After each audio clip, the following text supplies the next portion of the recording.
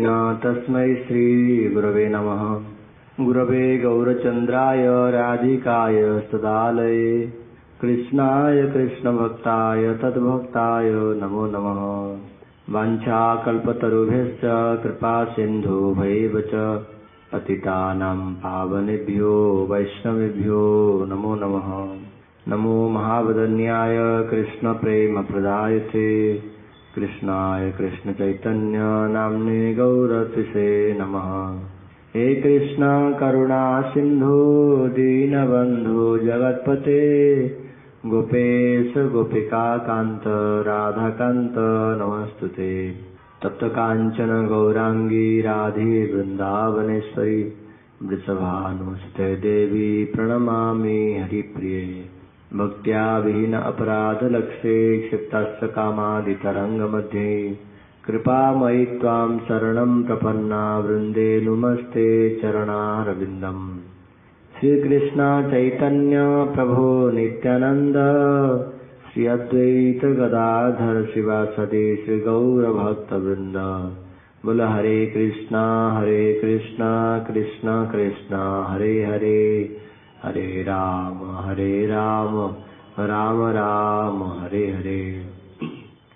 सर्वप्रथम अस्मदीय परमाराध्यतम गुरुपाद पद्म नित्यलीला प्रविष्टोम विष्णुपाद अष्टोत्तर सत श्री श्रीमद् भक्ति विज्ञान शिल भारती गोस्वामी महाराज एवं नित्यलीला प्रविष्टोम विष्णुपाद अष्टोत्तर सत श्री श्रीमद् भक्ति वेदांत शिल नारायण गोस्वामी महाराज जी के चरण कमलों में आनंद कोटि साष्टांग दंडवत प्रणाम अर्पण करता हूँ।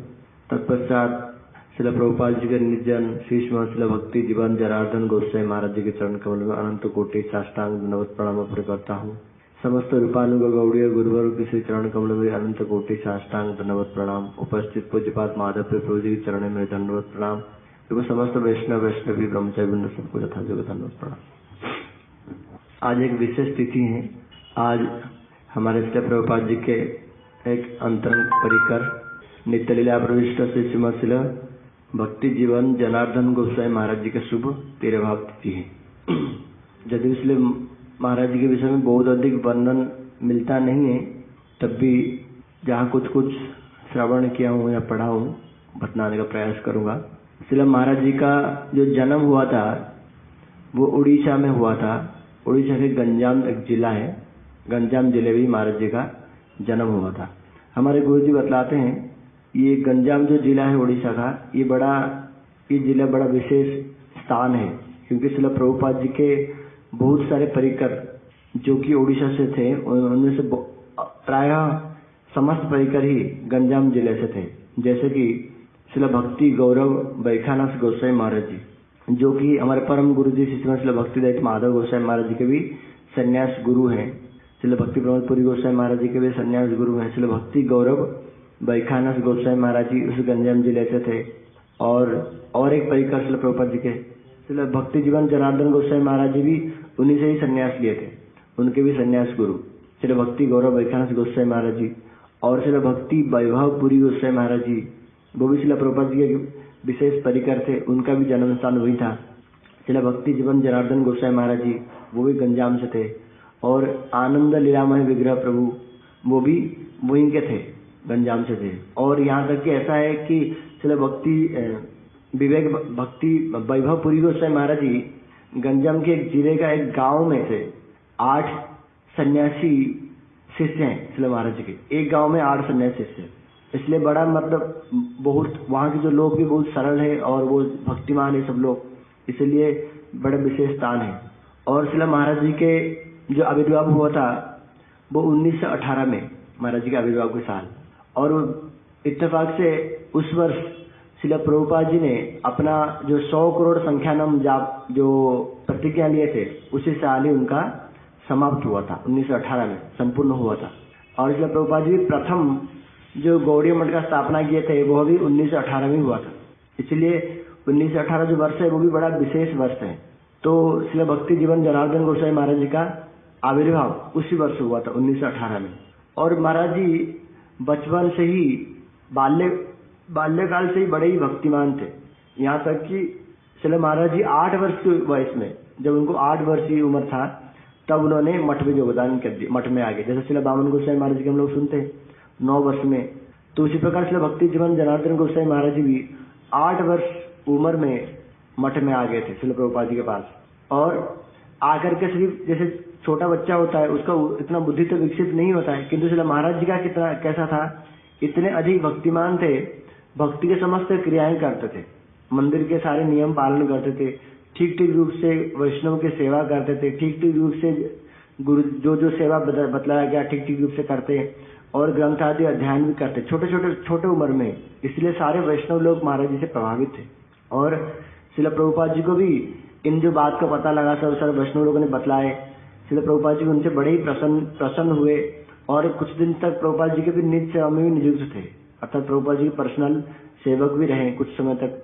और प्रभुपाद जी ने फिर उनको हरिनाम दीक्षा आदि मंत्र भी प्रदान किए थे। महाराज जी का नाम था, जब दीक्षा महाराज जी को प्राप्त हुआ तो महाराज जी का नाम हुआ अनंत रामदास ब्रह्मचारी। तो महाराज जी का ब्रह्मचारी नाम था अनंत रामदास ब्रह्मचारी। तो ब्रह्मचारी अवस्था में भी श्रील प्रभुपाद जी के सेवा के उद्देश्य से विशेष करके कटक में एक गौड़ी मठ था श्रील प्रभुपाद जी का, वहाँ विशेष करके रह करके सेवा करते थे। नहीं तो पूरी के चटक पर्वत में श्रील प्रभुपाद जी का मठ था, वहाँ भी सेवा करते थे। मेदिनीपुर में भी अलग अलग स्थान पर भी श्रील प्रभुपाद जी का जहाँ जहाँ जो मठ था वहाँ जा करके सेवा करते थे। और एक विशेष चीज है श्री महाराज जी का जहाँ जहाँ श्रील प्रभुपाद जी उनको भेजते थे, श्रील प्रभुपाद जी आदेश अनुसार आज्ञा अनुसार वहाँ उस स्थान पर जाकर के अपना सेवा कार्य संपन्न करते थे। तो जब श्रील प्रभुपाद जी अप्रकट हो गए, अप्रकट के पश्चात गौड़ी मठ में जो भी डिस्टर्बेंसेस आदि हुआ, उसके पश्चात श्रील भक्ति जीवन जनार्दन गोसाई महाराज जी उस समय तो उन्होंने संन्यास नहीं लिया था। तो उनके 4 गुरु भाई अर्थात श्री श्री भक्ति दैत माधव गोसाई महाराज जी और श्री श्री भक्ति विचार जादव गोसाई महाराज जी और श्री श्री भक्ति कुमुद संत गोसाई महाराज जी, जो कि उस समय उनका नाम था राधा रमन दास ब्रह्मचारी, और श्री भक्ति जीवन जनार्दन गोसाई महाराज जी जिनका नाम था अनंत राम दास ब्रह्मचारी। इन 4 श्रील प्रभुपाद जी शिष्य लोग मिल करके मेदिनीपुर में एक स्थान किराए पर लिए थे और उसका मठ का नाम दिए थे। मठ आज जो क्रियाएं भी उस स्थान पर करते थे उसका नाम था श्री श्यामानंद गौड़ी मठ। हम लोग बहुत बार सुने हुए ना श्री श्यामानंद गौड़ी मठ के विषय में। तो सर्वप्रथम इन प्रभुपाद जी के 4 गुरु भ्राता मिल करके उस मठ को स्थापना किए थे। बाद में उस मठ को श्रील भक्ति विचार जादव गोसाई महाराज जी को ही प्रदान कर दिया गया। तो उस समय श्रील भक्ति जीवन जनार्दन गोसाई महाराज जब मेदिनीपुर में रहते थे तो बहुत अधिक मेधावी भी थे, बहुत पढ़ने में बहुत अच्छे थे। इसलिए मेदिनीपुर में उस समय जो बड़े बड़े लाइब्रेरी थे वहां से जा करके इसलिए भक्ति कुमुद संत गोसाई महाराज जी और इसलिए भक्ति जीवन जनार्दन गोसाई महाराज जी जा करके बड़े बड़े लाइब्रेरी में से भक्ति ग्रंथ को ला करके पाठ करते थे। क्योंकि उस समय जो ग्रंथ इतना इजीली अवेलेबल नहीं था सारे, क्योंकि ऐसा प्रिंटिंग का ऐसा व्यवस्था नहीं था। इसलिए जिन जिन लाइब्रेरी में उन सारे समस्त भक्ति ग्रंथ गोस्वामी वर्गों के ग्रंथ मिलते थे उनको ला करके बड़े ही अच्छे से अध्ययन करते थे। और गुरुदेव भी कहते हैं, हमारे गुरुजी भी कहते हैं कि भक्ति जीवन जनार्दन गोस्वामी महाराज का विशेष वैशिष्ट था कि राधा रानी के प्रति बहुत अधिक झुकाव। यद्यपि हमारा समस्त गौड़ीय गुरुवर्ग ही राधा पक्ष ही है, किंतु बाहिक रूप से ऐसा प्रतीत नहीं हो पाता सब समय। जैसे कि हमारे गुरुदेव के विषय में सुनते हैं कि सब समय समझ राधा रानी का ही महिमा कीर्तन करते थे बहुत अधिक रूप से और खुले रूप से। और इसलिए महाराज जी के जो ये वैशिष्ट था कि अनेक अनेक पुराणों में से, क्योंकि महाराज जी बहुत अधिक अध्ययन भी करते थे तो बहुत अधिक ज्ञान उनको भी था। अनेक अनेक पुराणों में से श्रीमती राधा रानी की कथाएं श्रवण कराया करते थे, सुनाया करते थे और सब समय श्रीमती राधा रानी का ही भाव में डूबे रहते। हे राधे, हे ललिते, हे विशाखे, हरि नाम करते करते बीच बीच में हे राधे, एक माला जैसे खत्म हुआ हे राधे, हे ललिते, हे विशाखे आदि इस प्रकार की अत्यंत श्रीमती राधा रानी के प्रति उनका बहुत अधिक निष्ठा। और हम लोग वैष्णव लोग से मुख से भी श्रवण करते हैं कि जब ब्रजमंडल परिक्रमा के समय श्री गुरुदेव के साथ श्री वामन गोसाई महाराज जी के साथ, श्री त्रिविक्रम गोसाई महाराज जी के साथ, श्री जनार्दन गोसाई महाराज जी जब कभी ब्रजमंडल परिक्रमा में भी जाया करते थे तो जो विशेष विशेष स्थान जैसे प्रेम सरोवर हो गया और जहाँ राधा रानी की महिमा प्रकाशित हुई है जिन जिन स्थान पर, उस समय हे राधे कह करके उस स्थान पर लोटपोट हो जाते थे। उस स्थान के धूलि को माथे पे लगाते थे, मस्तक पे लगाते थे और नेत्रों में आंसू प्रभावित होते थे राधा रानी के महिमा को सुना करके, राधा रानी के विषय में चिंतन करके। तो उस प्रकार राधा रानी के प्रति बहुत अधिक झुकाव दिखलाया गया। यद्यपि हमारे समस्त गुरुवर्ग ही राधा पक्षिया हैं, लेकिन तब भी कुछ कुछ जो महापुरुष इनके जीवन में साक्षात रूप से दिखलाई भी पड़ता है, साधारण रूप से अगर देखने जाए।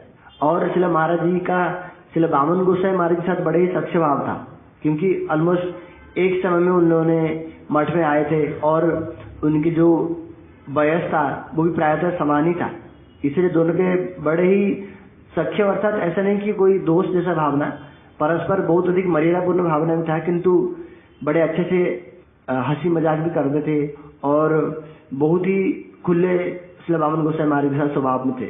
और गुरुदेव भी कहते हैं कि मैं भी राधा रानी के विषय में जो जो बोलता हूँ, शिला भक्ति जीवन जनार्दन गोसाई महाराज जी के से भी प्रेरित होकर के उनसे मैंने बहुत अधिक चीजें ग्रहण किया श्रीमती राधा रानी के विषय में। तो श्रीमती राधा रानी के प्रति उनके बहुत अधिक झुकाव थे, यहाँ तक कि उनके शिष्य लोग बोलते हैं जब जैसे कोई भी कथा करेंगे उस कथा में श्रीमती राधा रानी की महिमा अवश्य ही आएगा ही आएगा।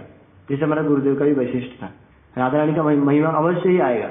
और राधा रानी का नाम को उच्चारण करके निरंतर क्या करते, क्रंदन करते और हरिनाम कर माला के बीच में भी हे राधे, हे ललिते, हे विशाखे आदि नाम को उच्चारण करते। यहाँ तक जब वो महाराज जब अप्रकट हुए तब भी क्या हुए, बहुत साधारण रूप से ही, ऐसे कोई विशेष महाराज ने अस्वस्थ लीला प्रकाशित भी नहीं किए। राधे राधे नाम उच्चारण करके राधा रानी का नाम ग्रहण करते हुए ही महाराज ने अपना अप्रकट लीला को प्रकाशित किया। तो इस प्रकार, और महाराज जी का जो अत्यंत सरल स्वभाव, बहुत अधिक सरल और मिष्टभाषी, बहुत अधिक मीठे मीठे, मतलब बहुत अधिक मिष्टभाषी थे। जैसे इसलिए बामन गोसाई महाराज जी थे, जब मतलब उनके साथ अगर कोई बात करेंगे, कोई मिलेंगे तो इतने मधुर स्वभाव के कि सब कोई भी व्यक्ति मिलते तो उनका मन बड़े ही प्रसन्नचित्त हो जाता था। तो इस प्रकार महाराज जी के विषय में थोड़ा थोड़ा जो भी कुछ श्रवण किया था, बाकी अधिक तो पता नहीं महाराज जी के विषय में।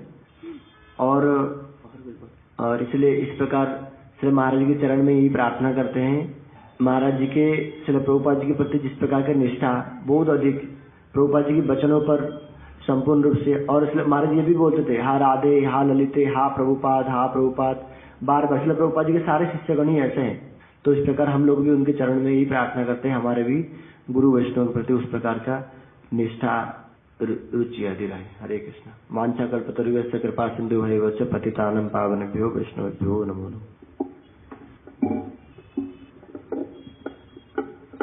ओम अज्ञानतिमिरान्धस्य, रमणी मोहन प्रभु आप अनुवाद कर दो पीछे बैठ के।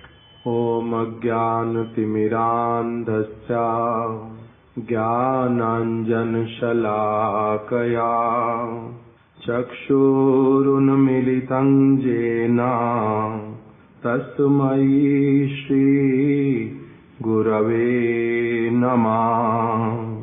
वाञ्छाकल्पतरुभ्यश्च कृपा सिन्धुभ्य एव च पतितानां पावनेभ्यो वैष्णवेभ्यो नमो नमः।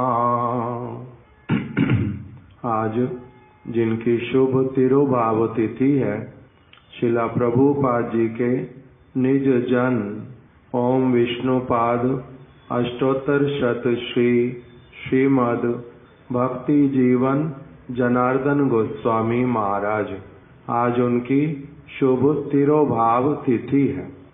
हमारे गुरुदेव के साथ में और शिला भक्ति वेदांत वामन गोस्वामी महाराज जी के साथ हमारे परम गुरुदेव शिला भक्ति प्रज्ञान केशव गोस्वामी महाराज जी के साथ में इनका बड़ा ही घनिष्ठ संबंध था। हमारे परम गुरुदेव 1947 में नवद्वीप धाम परिक्रमा, उसमें जब वो नवद्वीप धाम की परिक्रमा का आयोजन करते थे, 1947 में हमारे गुरुदेव ने भी नवद्वीप धाम की परिक्रमा पहली बार की थी। श्रीमद भक्ति वेदांत नारायण गोस्वामी महाराज जी ने। Translation is coming or not? You can be just there with Ramani Mohan प्रभु। हमारे गुरुदेव ने 1947 में नवद्वीप धाम की पहली बार परिक्रमा की थी। वहीं पर ही उनको शिला भक्ति जीवन जनार्दन गोस्वामी महाराज जी का भी संग प्राप्त हुआ था। शिला परम गुरुदेव अपने इन गुरु भ्राता को, छोटे गुरु भ्राता को पत्र लिखते थे कि तुम्हें परिक्रमा में अवश्य ही आना है, तुम्हारे नहीं आए बिना नहीं चलेगा। तो इसलिए प्रत्येक वर्ष ही वो नवद्वीप धाम परिक्रमा में, और परम गुरुदेव जब ब्रजमंडल परिक्रमा करते, ब्रजमंडल परिक्रमा में, और जब परम गुरुदेव दक्षिण भारत जाते, उत्तर भारत में तीर्थ स्थलों के दर्शन करने के लिए जाएंगे, सभी स्थानों पर शिला जनार्दन गोस्वामी महाराज जी भी उनके साथ में होते थे। हमारे गुरुदेव इसी बात को वर्णन कर रहे हैं कि उन्होंने 1947 से ही शिला भक्ति जीवन जनार्दन गोस्वामी महाराज जी को हर परिक्रमा में आते हुए उन्होंने देखा, उनका संग प्राप्त हुआ। परम गुरुदेव शिला भक्ति जीवन जनार्दन गोस्वामी महाराज जी को कथा बोलने के लिए कहते थे स्थान स्थान पर, और वो बड़े भली प्रकार से हरि कथा कीर्तन इत्यादि का परिवेषण करते थे। तो इसलिए बहुत प्राचीन वैष्णव हमारे परम गुरुदेव के प्रति बड़े निष्ठा युक्त, उनको अपने गुरु तुल्य ही मानते थे, शिक्षा गुरु के रूप में। एक बार इन्होंने खड़गपुर में, उड़ीसा के अंतर्गत एक स्थान है खड़गपुर, जहाँ पर इनका मठ था, वहीं पर ही हमारे परम गुरुदेव को इन्होंने निमंत्रण किया था। परम गुरुदेव वहाँ पर गए थे और कुछ दिनों तक वहाँ पर वास किया था। शिला प्रभुपाद जी की आविर्भाव तिथि को वहाँ पर बड़ी अच्छी तरह से मनाया गया था। वहाँ पर अधिकांश जो भक्त लोग वो शिला भक्ति जीवन जनार्दन गोस्वामी महाराज जी के शिष्य लोग थे। जब उन्होंने देखा कि हमारे परम गुरुदेव वहाँ पर उपस्थित हैं, तब शिला जनार्दन गोस्वामी महाराज जी ने अपने सारे शिष्यों को कहा कि पहले मेरे जो बहुत ज्येष्ठ गुरु भ्राता, मेरे गुरु तुल्य जो हैं शिला भक्ति प्रज्ञान केशव गोस्वामी महाराज, उनके चरण कमलों की पूजा करो, वहाँ पर आरती इत्यादि उतारो और बाद में फिर मेरे पास में आना। किंतु परम गुरुदेव ने शिला जनार्दन गोस्वामी महाराज जी को कहा, जी महाराज मैं ऐसा स्वीकार नहीं करूँगा, इन सभी लोगों ने आपसे दीक्षा मंत्र इत्यादि लिया है, ये आपके शिष्य हैं, भगवान का ही वचन है सभी शिष्यों के लिए, प्रथमम तुम गुरुम पूज्यात ततश्चैवा मम अर्चनम। भगवान ही कहते हैं कि पहले क्या करना चाहिए, अपने गुरु पाद पद्म का पूजा करना चाहिए, बाद में भगवान का पूजा। जब भगवान का पूजा बाद में होता है तब फिर आपके शिक्षा गुरु का पूजा जो है वो कब होना चाहिए। मैं आपका शिक्षा गुरु, ठीक है, आप मेरे प्रति बड़ा श्रद्धा रखते, भावना रखते, ये भी ठीक बात है। मेरे यहाँ पर होने पर भी पहले जो पूजा करेंगे आपके शिष्य लोग, वो किसकी करेंगे? आपकी ही। क्यों? क्योंकि आपने इनको मंत्र दीक्षा इत्यादि प्रदान किया है, ये आपके शिष्य हैं। तो इस प्रकार से शिला भक्ति जीवन जनार्दन गोस्वामी महाराज जी ने ये वचन सुन करके पहले अपना जो है आसन पर बैठ गए और उनके शिष्यों ने उनका पहले पूजा किया, बाद में फिर अत्यधिक आनंद के साथ में परम गुरुदेव का भी पूजा किया। तो इसलिए गुरुदेव कह रहे हैं कि हम लोग वहाँ पर उपस्थित थे। गुरुदेव कह रहे हैं मैं वहाँ पर था, शिला त्रिविक्रम महाराज जी साथ में थे, शिला वामन गोस्वामी महाराज जी साथ में थे, हम लोग सभी अपने गुरु महाराज जी के साथ में गए थे।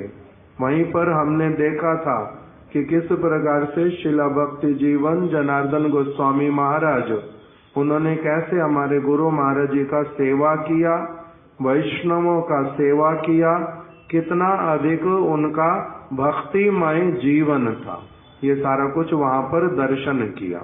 फिर गुरुदेव वहां पर बोल रहे हैं कि जब मैं वहां पर रहा तो मैंने हर रोज एक नियम देखा शिला जनार्दन गोस्वामी महाराज जी का, जिससे मैं बहुत अधिक प्रभावित हुआ।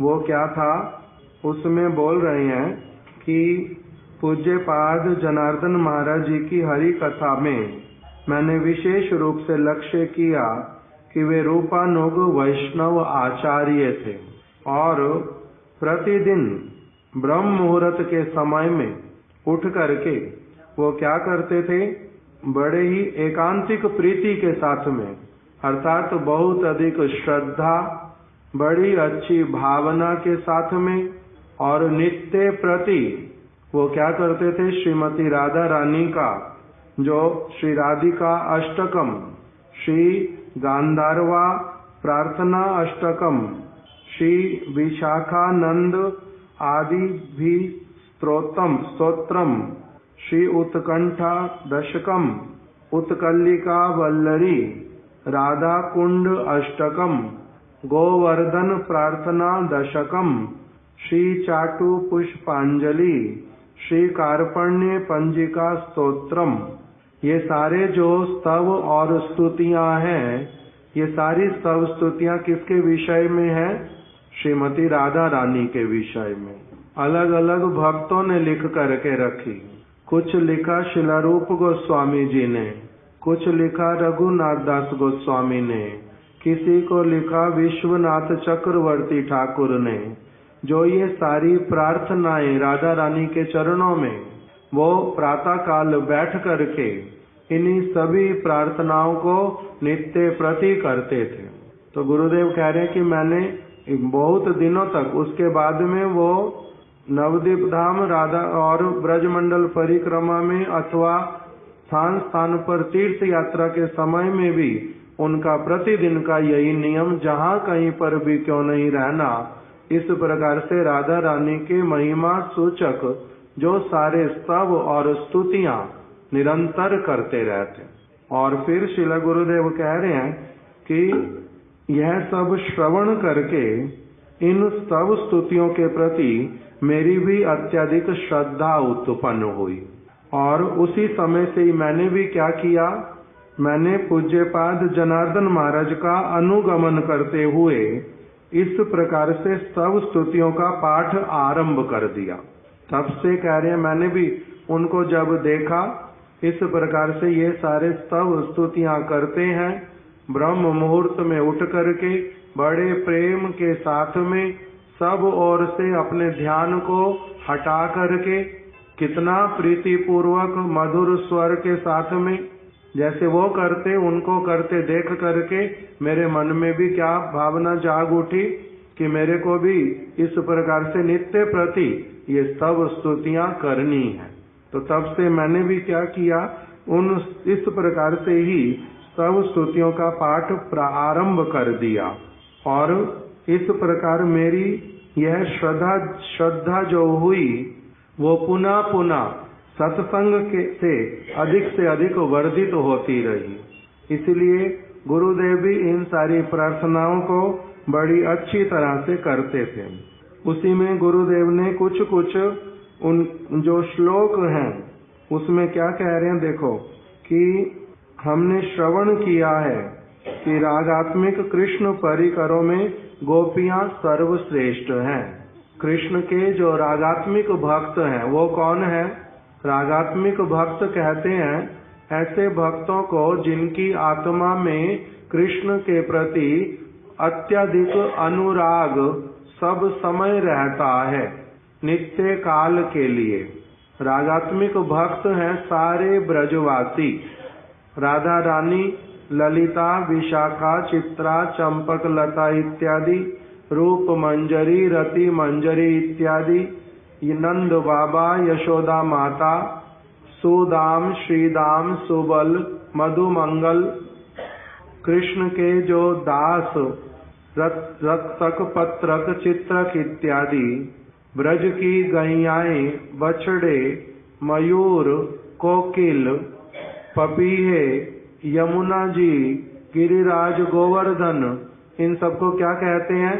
ये सारे हैं रागात्मिक भक्त। इनकी आत्मा के भीतर में नित्य निरंतर राग विराजमान है। कृष्ण के प्रति बहुत अधिक आकर्षण, हर एक क्रिया उनकी केवल कृष्ण की प्रसन्नता के लिए होती है। उनका बोलना कृष्ण के लिए, उनका चलना कृष्ण के लिए, उनका खाना, बैठना, उठना, स्नान करना, कहीं जाना, किसी के साथ संबंध रखना, सारा कुछ जो है किसके लिए होता है? केवल कृष्ण को केंद्र करके। इससे इन सब को क्या कहते हैं? रागात्मिक जन। इन रागात्मिक जनों में 5 प्रकार के जो मुख्य रस, मुख्य भक्त, शांत रस के भक्त, दास्य रस के भक्त, फिर सख्य रस के भक्त, फिर वात्सल्य रस के भक्त और फिर मधुर रस के भक्त। और इन 5 में से सबसे श्रेष्ठ जो है वो कौन है? मधुर रस के भक्त। और उन मधुर रस के भक्तों में सारी गोपियां, उन गोपियों में सबसे प्रधान जो है वो कौन है? श्रीमती राधा रानी। तो इसलिए रागात्मिक कृष्ण परिकरों में ये सारे कौन है? रागात्मिक कृष्ण परिकर। इन रागात्मिक परिकरों में सबसे श्रेष्ठ जो हैं गोपियां हैं, वो सर्वश्रेष्ठ। उन सारी गोपियों में कितनी गोपियां हैं जो माधुर्य भाव से कृष्ण की आराधना करती हैं? उन गोपियों की संख्या निर्धारित नहीं की गई, उसमें केवल कहा गया 100,000,000 गोपी। एक जगह पर वचन आ गया 100,000,000 गोपी। 100,000,000 मतलब 100 करोड़ गोपियां।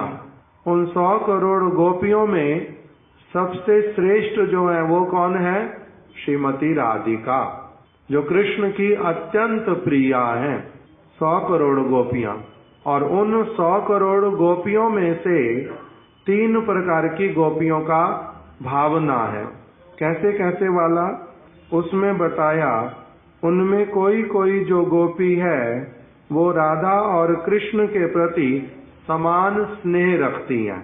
अर्थात जितनी मात्रा में उनका स्नेह कृष्ण के प्रति है, उतनी मात्रा में ही उनका श्रीमती राधा रानी के प्रति भी स्नेह होता है। समान समान मात्रा में कृष्ण और राधा जी के प्रति एक समान उनके हृदय में स्नेह होता है। इसलिए उन गोपियों को कहते हैं सम स्नेहा, जिनका दोनों के प्रति क्या है? एक समान स्नेह है, सम स्नेहा। और दूसरी तरह की गोपियां हैं जिनका कृष्ण के प्रति अधिक स्नेह है, राधा रानी के प्रति उससे थोड़ा कम है। अधिक झुकाव किसकी तरफ है? कृष्ण की तरफ है। इसलिए उन सारी गोपियों को कहते हैं कृष्ण स्नेहाधिका, कृष्ण के प्रति जिनका अधिक स्नेह है। और तीसरी तरह की जो गोपियां हैं उनका क्या नाम है?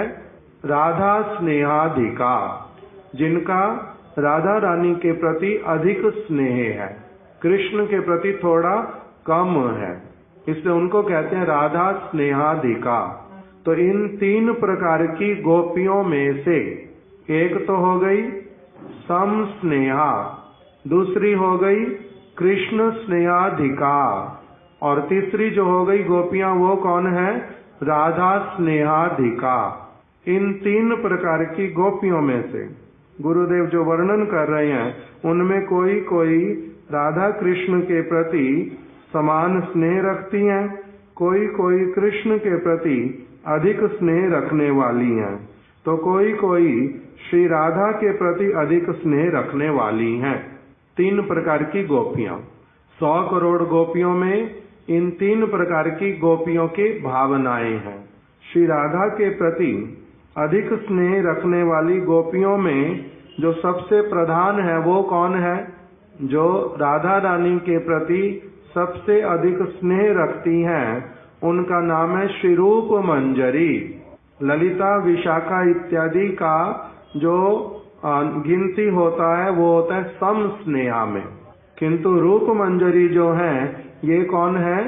राधा स्नेहाधिका, जिनका झुकाव राधा रानी की ओर बहुत अधिक है। जिन सब गोपियों का राधा रानी के प्रति अधिक झुकाव होता है उनमें सबसे प्रधान है श्री रूप मंजरी।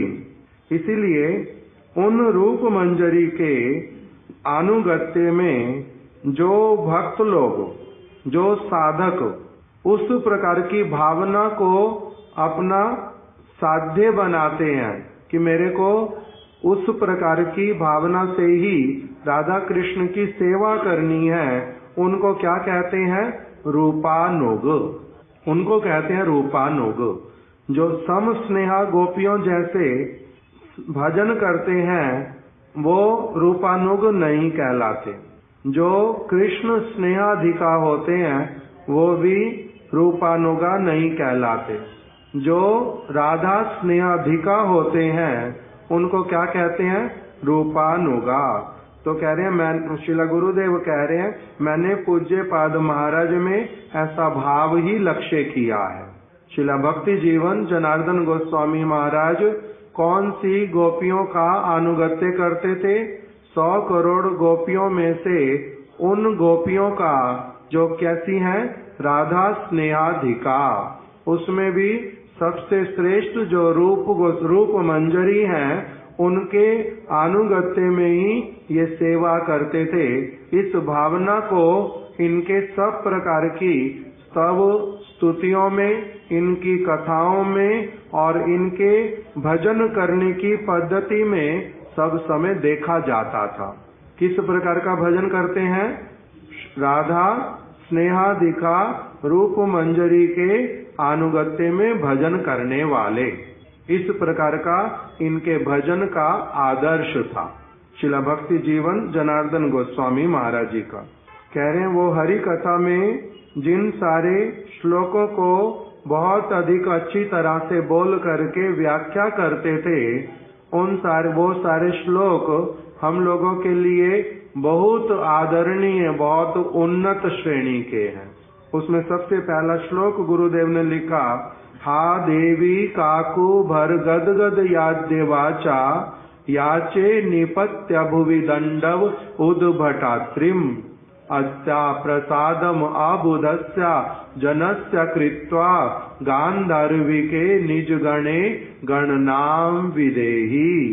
हे देवी गांधार्विके, हे श्रीमती राधिके, मैं विशिष्ट पीड़ा से पीड़ित हूँ, अतः आज भूमि पर दंड के समान गिरकर अत्यधिक कातरता से भरी हुई गदगद वाणी से आपसे प्रार्थना करता हूँ कि मुझ अज्ञानी जन पर कृपा करके अपने परिकरों में मेरी भी गणना कर लीजिए।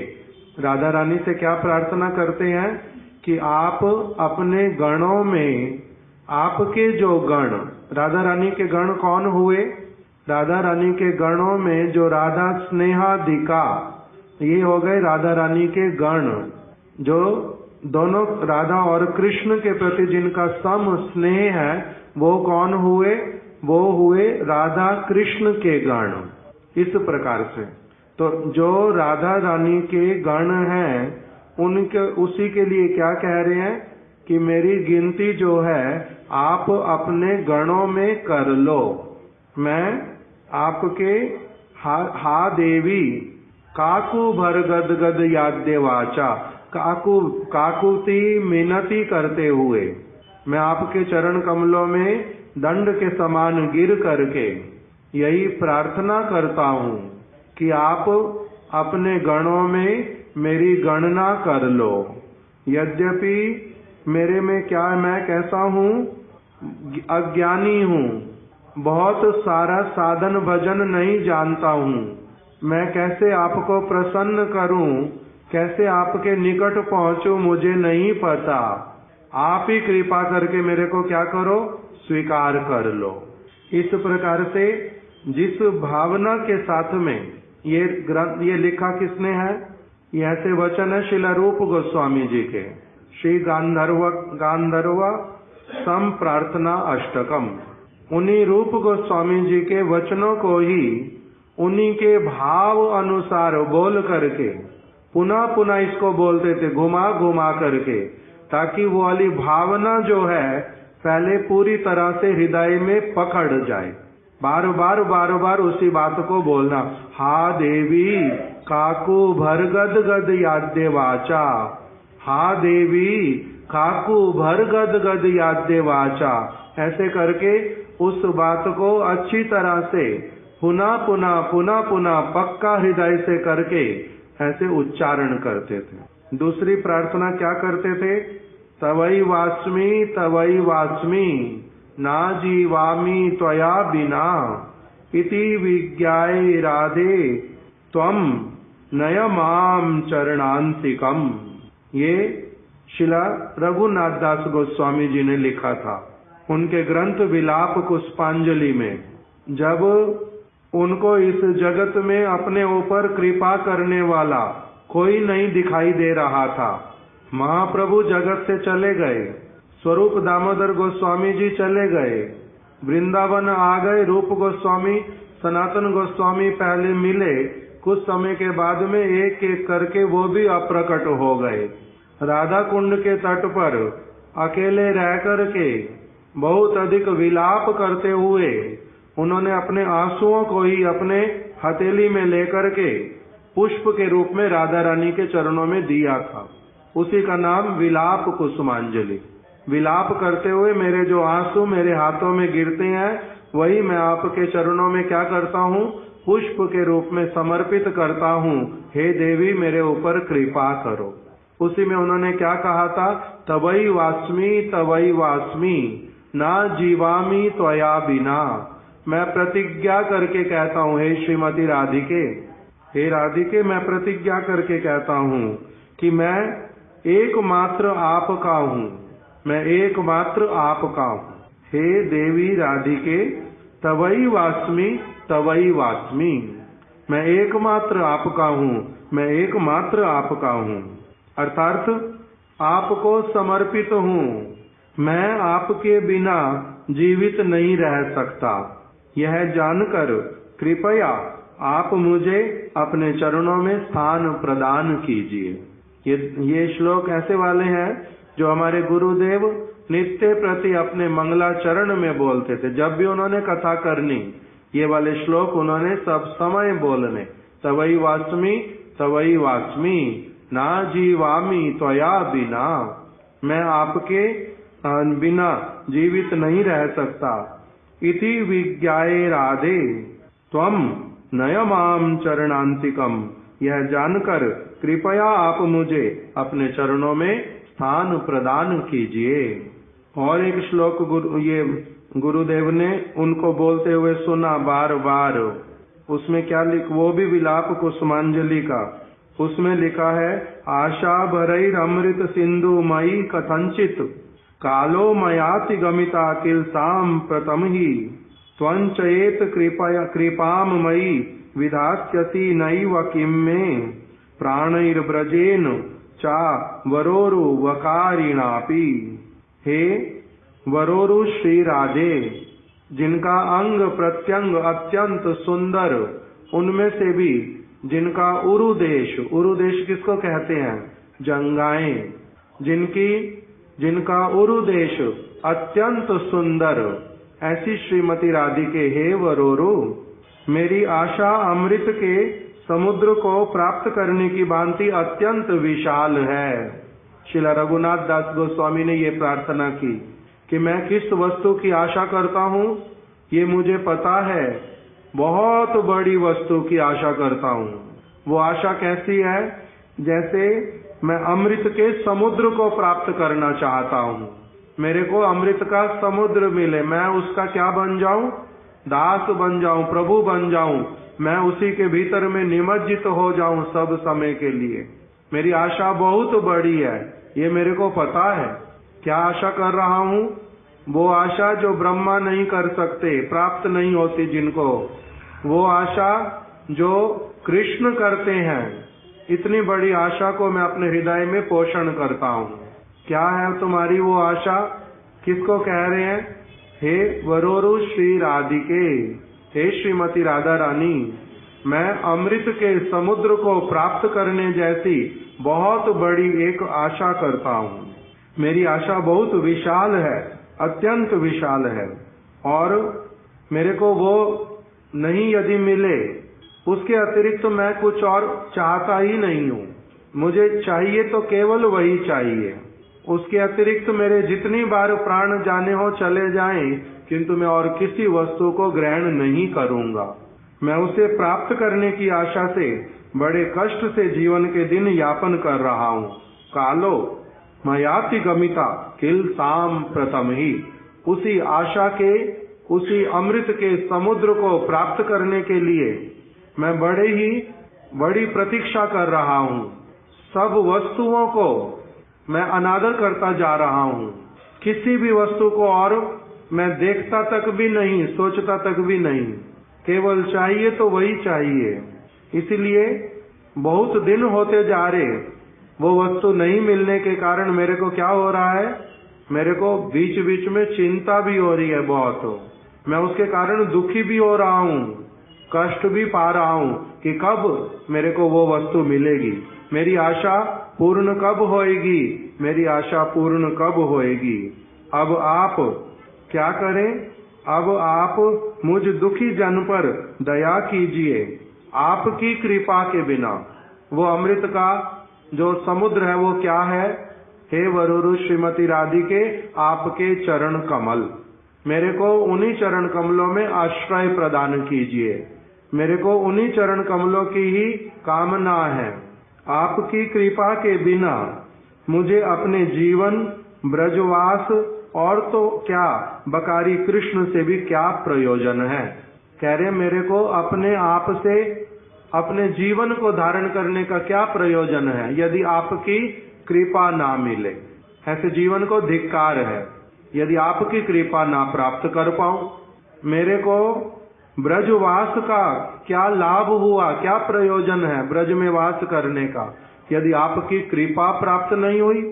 ब्रजवास निरर्थक। मेरे को कृष्ण, यदि बकारी कृष्ण भी मिल जाएं, उन कृष्ण से भी मेरा क्या प्रयोजन, उनका भी मैं क्या करूंगा यदि आपकी मेरे को कृपा प्राप्त ना हो। इस प्रकार से उन्होंने प्रार्थना किया कि मैं क्या चाहता हूँ, आपके चरण कमलों का आश्रय, उस चरण कमलों की कृपा, उन्हीं चरण कमलों में वास, उन्हीं चरण कमलों की सेवा, उसी में ही सब कुछ करना चाहता हूँ। इस प्रकार की प्रार्थना। अन्यथा मेरा ब्रजवास, उसका क्या प्रयोजन, मेरे जीवन का क्या प्रयोजन। और बकारी मतलब बकासुर के अरी, बकासुर के शत्रु, बकासुर का वध करने वाले जो श्री कृष्ण, उनसे भी मेरा क्या लेना देना। अर्थात कृष्ण मिल भी यदि जाएं, उनको मैं पूर्ण संतुष्ट नहीं कर पाऊंगा जब तक आपकी सेवा, आपकी शिक्षा को, आपके आदेश को समझ नहीं लूंगा। कृष्ण की सेवा मैं नहीं कर पाऊंगा। ब्रजवास, ब्रज में वास करके भी मैं ब्रजवास का वास्तविक लाभ नहीं उठा पाऊंगा यदि आपका अनुगमन मेरे को, आपका शरण यदि मेरे को नहीं मिला। मेरा ये जीवन जो है वो व्यर्थ में चला जाएगा। इस जीवन को धारण करने का भी क्या लाभ। इस प्रकार से जो प्रार्थनाएं रघुनाथ दास गोस्वामी ने की थी, वही प्रार्थनाएं कौन करते थे पुनः पुनः? श्रील भक्ति जीवन जनार्दन गोस्वामी महाराज। मैं किस वस्तु की कामना करता हूँ? केवल श्रीमती राधा रानी के चरण कमलों की। वही आशा मेरी जो है अमृत के समुद्र के समान है, बहुत बड़ी आशा है, अत्यंत विशाल। इसको मैं प्राप्त करना चाहता हूँ। इसके अतिरिक्त और जीवन में किसी वस्तु की कामना नहीं करता हूँ। ये वाले बात बोलते थे। और क्या कहते थे? भजामि राधाम अरविंद नेत्राम स्मरामि राधां मधुरास्मितास्यां वदामि राधां करुणाभराद्रां ततो मम नास्ति गतिर्ना क्वापि। मैं क्या करता हूँ, सब समय के लिए कमल सदृश नेत्रों से सुशोभित जो श्रीमती राधिका, मैं उनका भजन करता हूँ, उनकी सेवा करता हूँ। मैं उनका सेवक हूँ, मैं उनकी सेविका हूँ। क्या? भजामि राधाम अरविंद नेत्राम। ऐसी राधा रानी जिनके नेत्र कमल की पंखुड़ियों के समान हैं, उनके चरण कमलों की मैं सेवा करता हूँ, भजन करता हूँ। स्मरामि राधाम मधुरा स्मितास्याम। श्रीमती राधा रानी के मुखमंडल पर जो स्वाभाविक रूप में सब समय के लिए मंद मंद मुस्कान रहती है, मेरे चित्त में केवल मात्र वही मुस्कान ही उदित होती है और कुछ भी नहीं। स्मरामि राधाम मधुरा स्मितास्याम वदामि राधाम करुणाम भराद्राम। और मैं क्या करता हूँ, राधा रानी की महिमा का ही निरंतर अपने मुख से गान करता हूँ। वदामि राधाम करुणाम भराद्राम। अपने वदन से, अपनी जिह्वा से, मुख से मैं करुणा से भरी हुई जो श्रीमती राधा रानी है, उन्हीं की महिमा का ही निरंतर गान करता हूँ। और ततो मम नास्ति गतिर्ना कवापि। उन श्रीमती राधा, वही श्रीमती राधा रानी क्या है, वही मेरी सर्वस्व है, वही मेरी स्वामिनी है, वही मेरी प्राणेश्वरी है। मैं उनके अतिरिक्त मेरी अन्य कोई गति नहीं है, वही मेरी एकमात्र गति है। मैं यद्यपि राधा और कृष्ण का युगल किशोर का भजन करने वाला हूँ, किंतु राधा रानी की ओर झुका हुआ हूँ, राधा स्नेहाधिका हूँ, और उन्हीं राधा जी के अनुगत्य में ही कृष्ण की आराधना करता हूँ। कृष्ण कौन है? वो मेरी स्वामिनी श्रीमती राधा रानी के प्रियतम है। कृष्ण से मेरा कोई डायरेक्ट संबंध नहीं है। कृष्ण से मेरा संबंध कैसा है? राधा रानी के माध्यम से। कृष्ण कौन है? ये श्लोक कौन से वाला? मदीशा नाथत्वे ब्रज विपिन चंद्रम। ब्रज विपिन चंद्र जो श्री कृष्ण है, वो मेरे कौन है? मदीशा नाथत्वे, मदीशा नाथ, मेरी जो ईश्वरी श्रीमती राधिका, मद ईशा, मेरी ईश्वरी श्रीमती राधा रानी, मदीशा नाथत्वे, वो मेरी ईश्वरी श्रीमती राधा रानी के नाथ हैं। ये मेरा उनके साथ संबंध है। जैसे रूप मंजरी का, जैसे जो उनकी अनुगत सखियां रघुनाथ दास गोस्वामी का, जैसे प्रभुपाद जी का, उसी प्रकार से ये रूपानुग वैष्णवों की भांति ही सारी भजन परिपाटी से युक्त थे। इसलिए ऐसी प्रार्थनाएं करते हैं।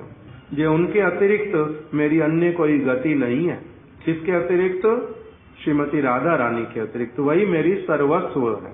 फिर एक श्लोक गुरुदेव कह रहे हैं, और वो बोलते थे बार बार, वेणु कराण निपतितम स्खलितम शिखंडम भ्रष्टम च पीत वसनम ब्रजराज सूनो यस्या कटाक्ष शर घात विमूर्छितस्या ताम राधिकाम परिचरामि कदारसेना। इसमें क्या कहा गया? वेणु कराण निपतिता स्खलितम शिखंडम। जिन कृष्ण के हाथों से वेणु जो है वो क्या हो जाती है, उनको पता भी नहीं चलता। एकदम से ऐसे सुध बुध खो बैठते हैं कि हाथ में वेणु को पकड़ा हुआ हाथ वहीं के वहीं रह जाते, वेणु कब उसमें से खिसक करके गिर पड़ती उनको पता भी नहीं चलता। वेणु करान निपतितम, वेणु उनके कर से निकल करके अपनी आप से भूमि पर गिर गई। स्खलितम शिखंडम, उनके मस्तक के ऊपर जो मोर मुकुट है, स्खलितम, वो एकदम से कैसे हो गया? स्खलित हो गया। स्खलित हो गया मतलब वो भी एकदम से गिर गया। गिर गया। कैसे? भ्रष्टम चपीत वसनम, और उनका जो पीताम्बर वो भी अब अपने स्थान पर टिका नहीं रह पाया। ऊपर में जो वस्त्र लिया हुआ पीताम्बर वो भी कब खिसक करके नीचे की ओर गिरने लगा, उनको पता भी चला नहीं श्री कृष्ण को। कब? कह रहे हैं कि जब यस्या कटाक्ष शरघात विमूर्छितस्या, श्रीमती राधा रानी उनके लिए बोल रहे हैं यस्या कटाक्ष। कटाक्ष किसको कहते हैं?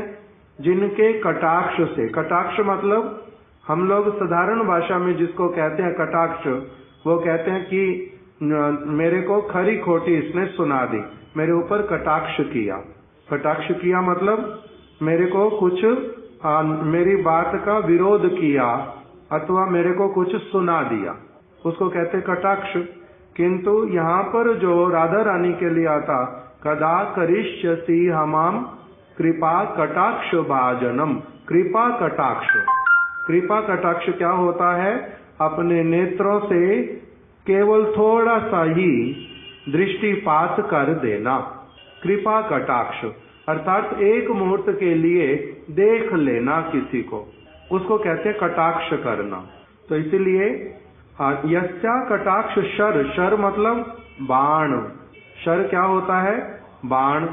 यस्या कटाक्ष शर घात, वो बाण का घात मतलब चोट लगना, घात। विमूर्छितस्या, कृष्ण जो हैं विमूर्छित हो जाते हैं, भली प्रकार से मूर्छित जैसे हो जाते हैं। खड़े खड़े यदि उनको कहीं पर श्रीमती राधा रानी अपनी कृपा कटाक्ष, यदि उनके प्रति केवल कटाक्ष मात्र ही कर देती हैं कृपा का, उसी को देखने से ही जो श्री कृष्ण हैं, पर ब्रह्म हैं, परात्पर तत्व हैं, जो ब्रज में सबके प्राण के नाथ हैं, जो अपनी वंशी से सबको मोहित करके रखते हैं, जिनका अद्भुत स्वरूप है, जो कभी भी वंशी के बिना और मोर मुकुट के बिना नहीं रहते, वही श्री कृष्ण राधा जी की कृपा को ही वही कृष्ण भी प्राप्त करके क्या करते हैं? एकदम से सुध बुध खो बैठते हैं। ऐसी उनकी कृपा दृष्टि है। ऐसी राधा रानी जिनकी कृपा कटाक्ष से कृष्ण के हाथों से भी क्या गिर जाता है?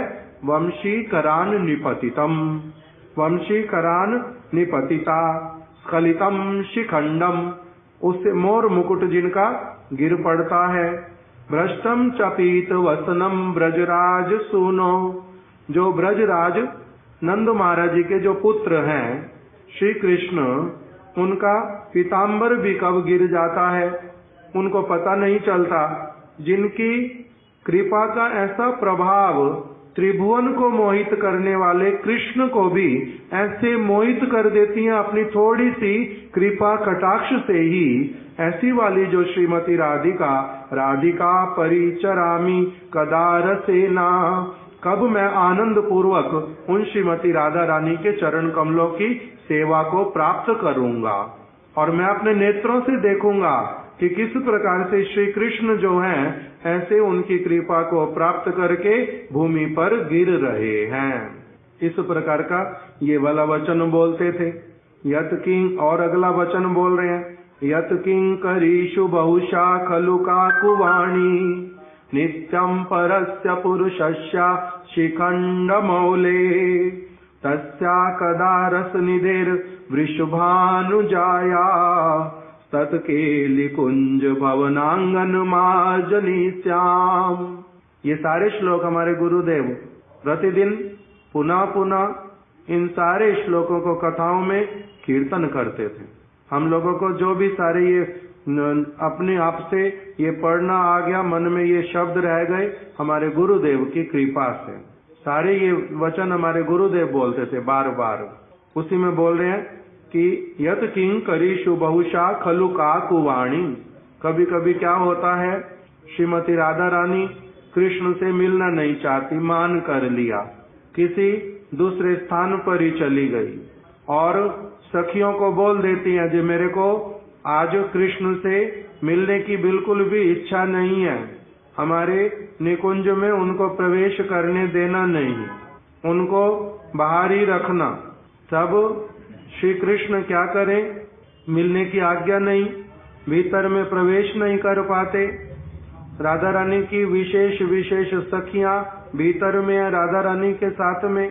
जो सखियां बाहर मिल जाती उनको, वो सखियां कौन है? राधा रानी की दासियों की दासियां, बहुत छोटी छोटी दासियां। वहां पर कृष्ण क्या करते हैं, यत किंकरीषु बहुशा खलु काकुवाणी। श्री कृष्ण क्या करते हैं, अपना उन दासियों के चरण कमलों में प्रणाम करते हैं, साष्टांग, और प्रणाम करके वहां पर जो रज पड़ी उनको लेकर के अपने मस्तक पर पहले उनके सामने लगाते हैं, और स्थान स्थान पर अपने अंगों में उस रज को लेकर के लगा लेते हैं। ये तुम लोग बड़ी सौभाग्यशाली हो, तुम कभी भी भीतर बाहर जब सेवा जो करनी सारी राधा रानी की कर लेती हो। मेरे को ये सौभाग्य मिलता नहीं, इसलिए मैं तुम्हारी चरण की रज को भी अपने हृदय पे, अपने अंगों पर, अपने मस्तक पर धारण करता हूँ। मैं किंतु तुम्हारे से प्रार्थना करता हूँ, मेरे को एक बार कम से कम अपनी जो स्वामिनी राधा रानी उनके दर्शन करा दो, मेरे को भीतर में ले चलो। भले उनके सामने नहीं लेकर के जाना, जब तक कहोगी चुपचाप खड़ा रहूंगा, जहां से कहोगी एक बार केवल दर्शन कर लूं, वहीं से दर्शन कर लूंगा।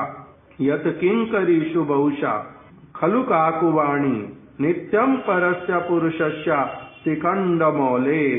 जिस केली कुंज के भवन के आंगन में प्रवेश करने के लिए श्री कृष्ण क्या करते हैं, राधा रानी की दासियों के प्रति जो कातरता पूर्वक प्रार्थना करते रहते हैं, और क्या करते हैं, परम पुरुष होकर के भी, नित्यम परस्य पुरुषस्य, परम पुरुष होने पर भी, स्वयं भगवान होने पर भी, सबके अत्यधिक प्रेम के पात्र होने पर भी, जिनके प्रेम की भिक्षा करते हैं, उनकी दासियों के चरणों में भी अपने आप को न्योछावर करने में कोई लज्जा संकोच नहीं करते। मोर मुकुट धारण करने वाले जो श्री कृष्ण परम पुरुष होने पर भी, जो केली कुंज के भवन में प्रवेश करने के लिए जिनकी दासियों के चरण कमलों में कातरता पूर्वक प्रार्थना करते हैं, तस्या कदा रस निधेर वृषभानु जाया। वो वृषभानु महाराज जी की जाया, जिन उनकी पुत्री वृषभानु महाराज जी की जो वो पुत्री, उनमें किस प्रकार का अत्यधिक अद्भुत रस होगा, अमृत होगा, कैसी सेवा करती होंगी वो, जहाँ पर परम पुरुष भी जाकर के क्या करते हैं, उनके दासियों के चरणों में भी प्रार्थना करते हैं। ऐसी रस की जो निधि है, जो कृष्ण रस की निधि है, ऐसी निधि स्वरूपा जो वृषभानु नंदिनी श्रीमती राधिका, मैं क्या उनके आंगन की, उस केली कुंज की, उनके उस निकुंज की, उस भवन की, क्या मैं झाड़ू लगाने वाली दासी कभी बन पाऊंगा? मैं अब ये प्रार्थना कर रहे हैं। प्रार्थना ओरिजिनली लिखी किसने? श्रीला प्रबोधानंद सरस्वती पाद ने राधा रस सुधा निधि में, कि मैं उन राधा रानी के जो केली कुंज, उसमें झाड़ू लगाने वाली मैं कोई दासी बनने की कामना करता हूँ। ऐसी राधा रानी जिनके चरणों में परम पुरुष आकर के उनकी दासियों के चरणों में लोटपोट खा रहे हैं और विनती कर रहे हैं कि हे दासी, मेरी अगर ये प्रार्थना पूरी कर दो, मेरी कामना पूरी कर दो, मैं तुम्हारे लिए ये सारी सेवा जो तुम कहोगी वो सेवा तुम्हारी मैं कर दूंगा। इस प्रकार से जहाँ पर करते हैं, ऐसी राधा रानी उनके चरण कमलों की मैं वंदना करता हूँ। और एक अंतिम श्लोक जो बोला गुरुदेव ने, वो क्या है? भक्तिम न कृष्ण चरणे न करो मुचार्तिम, राधा पदाम्बोज रज रज रज कण सहासेना, तस्या दिगांचल विशेष वेत्ता, देवादयम करिष्यति दासी बुद्धिम। इसमें क्या कह रहे हैं? भक्तिम न कृष्ण चरणे न करो मुचार्तिम। मैं इसका अर्थ यद्यपि यहाँ पर नहीं लिखा हुआ इस श्लोक का, किंतु हमारे उसमें लिखा हुआ था। सुंदर प्रभु मेरे को वो दो, इंग्लिश वाला जो ऑफरिंग, यही ट्रांसलेशन जहाँ पर हुआ उसमें लिखा हुआ। सुबह जो मेरे पास भेजा आपने है, मैंने सुबह पढ़ा, मैंने फिर सुबह किसी दूसरी जगह पढ़ा, या तो इसी में होगा कहीं ना कहीं, जैसे भी। अभी उसमें क्या कह रहे हैं, भक्तिम न कृष्ण चरणे ना करो मुचारतिम, मैं श्री कृष्ण के चरण कमलों में उस प्रकार की भक्ति कदापि नहीं कर सकता जिस प्रकार की भक्ति राधा रानी के चरण कमलों की एक रज के कर्ण की करना चाहता हूँ। क्यों? क्योंकि राधा रानी के चरण कमल के एक कर्ण की भक्ति मेरे को प्राप्त होने से कृष्ण की पूर्ण कृपा अपनी आप से मिल जाएगी। तस्याद्रिगांचल विशेष वेत्ता, जो श्रीमती राधा रानी उनके जो वस्त्र हैं, उन वस्त्रों के साथ में जो वायु स्पर्श करके आती है दूर दिशा से, उसको भी श्री कृष्ण उस दिशा को प्रणाम करते हैं। ऐसे वाले राधा रानी की जो महिमा, देवादयम करिष्यति दासी बुद्धिम, मैं सब समय के लिए उन श्रीमती राधा रानी की दासी वाली बुद्धि ही रखता हूँ, उसी की कामना करता हूँ। इसके अतिरिक्त मेरे मन में और कोई भावना, कोई बुद्धि ना रहे, इस प्रकार की प्रार्थना करता हूँ। इस प्रकार के उनके सारे वचन जो वो क्या करते थे, अपने कीर्तन में, कथा में, सब समय जिसका पुनः पुनः बड़ी भावना के साथ में वंदना करते थे। इससे हमारे गुरुदेव ने कहा कि मैंने उनको जब से ये करते हुए देखा, तब से उनको देखते देखते मेरा भी एकदम से क्या हो गया, इस प्रकार की सारी प्रार्थनाएं करने का मेरा भी एक नियम बन गया। और दिन प्रतिदिन वैष्णवों के संग से ये भावना और भी अधिक पुष्ट होती गई कि हाँ, हमारे भजन करने की परिपाटी जो है यही वाली है। हम लोग साधने भावी बेजा, साधन के समय में हम लोग किस वस्तु की भावना रखेंगे सब समय, इसी प्रकार से रूपानुगा वैष्णवों वाली भावना रखेंगे। इस प्रकार से उनका गुरुदेव जो है उनको एप्रिशिएट करते थे। शिला भक्ति जीवन जनार्दन गोस्वामी महाराज मथुरा में बहुत बार आकर के रहते थे गुरुदेव के साथ में, वहीं पर ही सब समय गुरुदेव के साथ में संग, गुरुदेव उनका संग करते थे, उनके साथ परिक्रमाओं में जाते थे। बहुत सारे विषयों पर बार बार जो है चर्चा होती थी। वो गुरुदेव से एक समय उन्होंने, गुरुदेव उनके मठ में गए थे शिला वामन गोस्वामी महाराज जी के साथ में, तब उन्होंने वहां पर पुनः पुनः शिला जनार्दन गोस्वामी महाराज जी ने कहा, आप लोग मेरे को स्पष्ट करके बतलाओ, रागानुगा और रूपानुगा जो है, ये दोनों शब्दों का स्पेशलिटी क्या है, इन दोनों का स्पेशलिटी क्या है। तब शिला गुरुदेव कहते हैं, ऐसे तो वो हमारे गुरु वर्ग, हमने उनसे बहुत कुछ उल्टा सीखा, कितने सारी अच्छी अच्छी भावनाएं उनसे प्राप्त की, और वही जब हमारे को बार बार पूछ रहे थे और उन्होंने बार बार कहा, शिला वामन गोस्वामी महाराज जी ने मेरे को इंगित किया कि आप ही बोलो, जो पूछ रहे हैं बताओ। तो गुरुदेव कह रहे हैं, मैंने एक परीक्षार्थी की भांति, एक शिष्य की भांति उनके सामने बैठ करके वही सारी चीजें मैंने उनके सामने व्यक्त की कि रागात्मिक जन जो है वो कौन है, राधा रानी और गोपियां भी हैं, रागात्मिक जन नंद बाबा यशोदा माता भी हैं, रागात्मिक जन सखा भी हैं, रागात्मिक जन दास भी हैं, रागात्मिक जन शांत भाव वाले भी हैं। ये सारे रागात्मिक हैं ब्रज में, जो नित्य परिकर हैं कृष्ण के।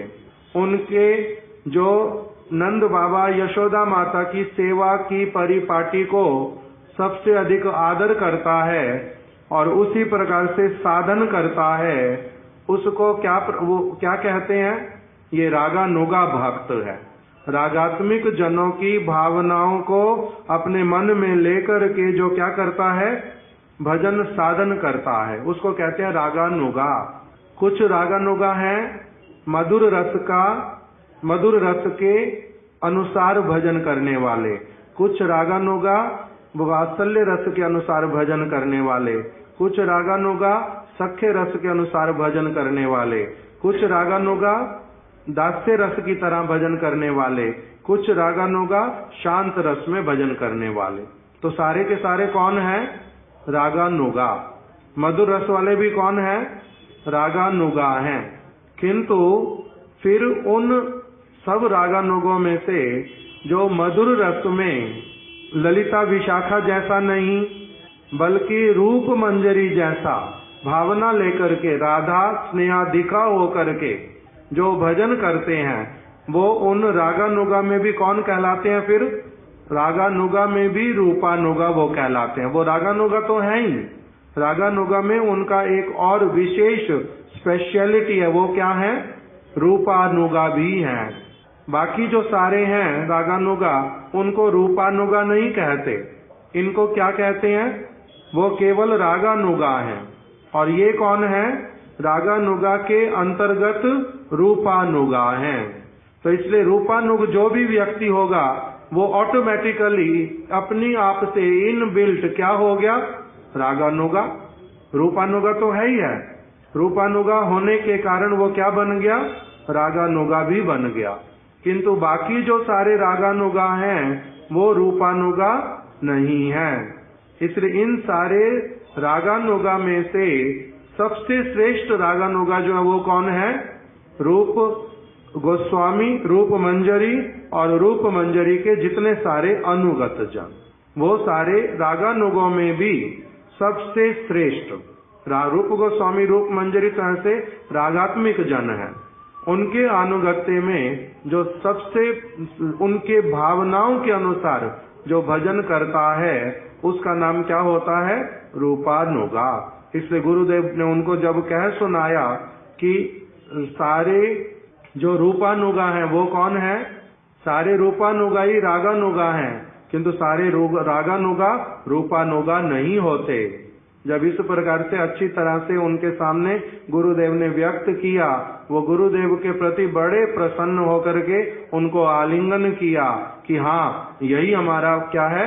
वास्तविक रूप में भजन का परिपाटी है। हम राधा रानी के पक्ष वाले हैं।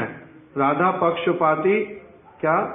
आमी तो राधिका पक्षपाती सदा। हम तो राधा रानी का पक्ष लेने वाले वैष्णवगण ही हैं। इस प्रकार से श्रील गुरुदेव का उनके साथ में विचार विमर्श इत्यादि होता था। आज समय हो गया, यहीं पर हम लोग कथा रख देते हैं। गुरुदेव ने उनके 5-7 बातें और भी बतलाई हैं, अभी वो हमने अभी नहीं पढ़ी, समय नहीं हुआ। और दूसरा उनका अपना भी जो उपदेशावली इत्यादि उनके शिष्यों ने संग्रह किया, और बातें भी उनकी बहुत सारी, वो हम लोग उनकी अभी आज तिरोभाव तिथि है, छठे दिन ही उनकी आविर्भाव तिथि है। हम फिर जब उनका छठा दिन आविर्भाव तिथि वाला आएगा, उस दिन उनके विषय में हम लोग और चीजें श्रवण करेंगे। शिला भक्ति जीवन जनार्दन गोस्वामी महाराज की जाए, उनकी शुभ तिरोभाव तिथि की जाए, तिथि पालनकारी समस्त भक्त वृंद की जाए। गौर प्रेमानंदे हरि हरि बोल, हरि हरि बोल। वांछा कल्पतरुभ्यश्च कृपा सिंधुभ्य एव च पतितानां पावनेभ्यो वैष्णवेभ्यो नमो नमः।